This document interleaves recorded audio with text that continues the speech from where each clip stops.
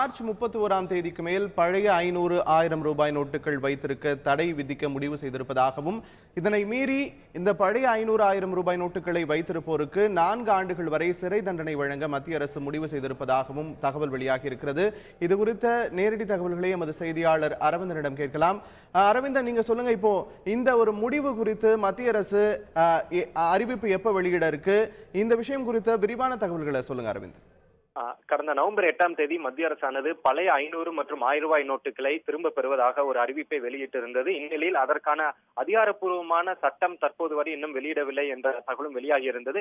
இந்நிலையில் இன்று நடைபெற்ற மத்திய கேபினெட் அமைச்சரவை கூட்டத்தில் இதற்கான சட்டத்திற்கு ஒப்புதல் வழங்கப்பட்டதாக தகவல் வெளியாகியுள்ளது. பிரதமர் நரேந்திர மோடி தலைமையில் இன்று காலை மத்திய கேபினெட் அமைச்சரவை கூட்டம் நடைபெற்றது. இந்த கூட்டத்தில் இந்த மார்ச் 31ஆம் தேதிக்கு பிறகு பழைய 500 மற்றும் 1000 ரூபாய் நோட்டுகளை வைத்திருந்தால் அவர்கள் மீது நடவடிக்கை எடுப்பதற்கான, அதாவது கிரிமினல் நடவடிக்கை, அதாவது தண்டனை மற்றும் அபராதம் விதிப்பதற்கான சட்டத்திற்கு மத்திய கேபினெட் அமைச்சரவை ஒப்புதல் வழங்கியிருப்பதாக தகவல் வெளியாகியுள்ளது.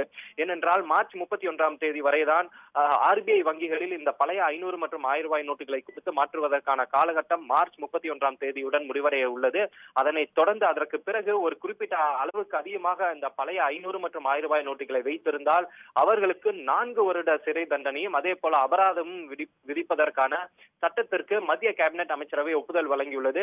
தற்போது மத்திய கேபினெட் அமைச்சரவை இந்த சட்டத்திற்கு ஒப்புதல் வழங்கியுள்ளதால் இந்த சட்டமானது அடுத்த குடியரசுத் தலைவருக்கு அனுப்பப்படும். குடியரசுத் தலைவர் ஒப்புதல் வழங்கிய உடனேயே இந்த சட்டமானது அமல்படுத்தப்படும்.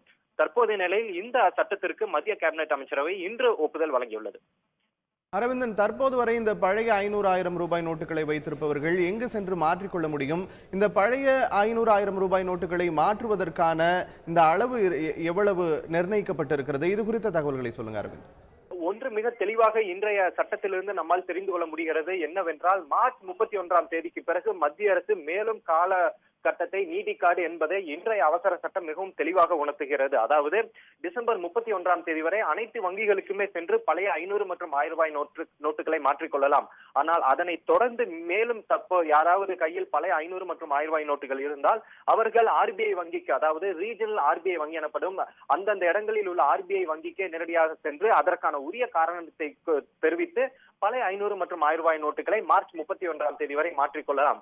ஆனால் மார்ச் 31ஆம் தேதிக்கு பிறகு இது போன்ற பழைய ரூபாய் நோட்டுகளை, அதாவது தடை செய்யப்பட்ட, அதாவது திரும்ப பெறப்பட்ட 1000 மற்றும் பழைய 500 ரூபாய் நோட்டுகளை யார் வைத்திருந்தாலும் அவர்கள் மீது கிரிமினல் நடவடிக்கை, அதாவது 4 வருடம் தண்டனையும் அதே போல உரிய அபராதமும் விதிப்பதற்காகத்தான் இன்றைய சட்டம் இன்று வழங்கப்பட்டுள்ளது.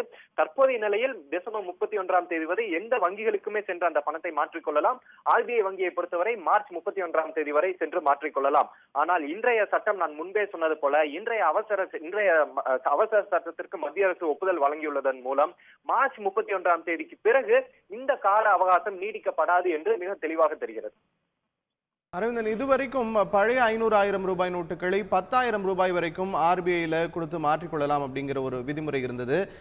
மார்ச் 31ஆம் தேதிக்கு பிறகு இந்த மாதிரி அளவுகள் இருக்கிறதா? 10,000 ரூபாய்க்கு மேல் வைத்திருப்பவர்களுக்கு நடவடிக்கை, சிறை தண்டனை வழங்கப்படுமா, அல்லது 1-2 ரூபாய் நோட்டுகளை வைத்திருப்பவர்கள் மீது கூட நடவடிக்கை எடுக்கப்பட வாய்ப்பு இருக்கா?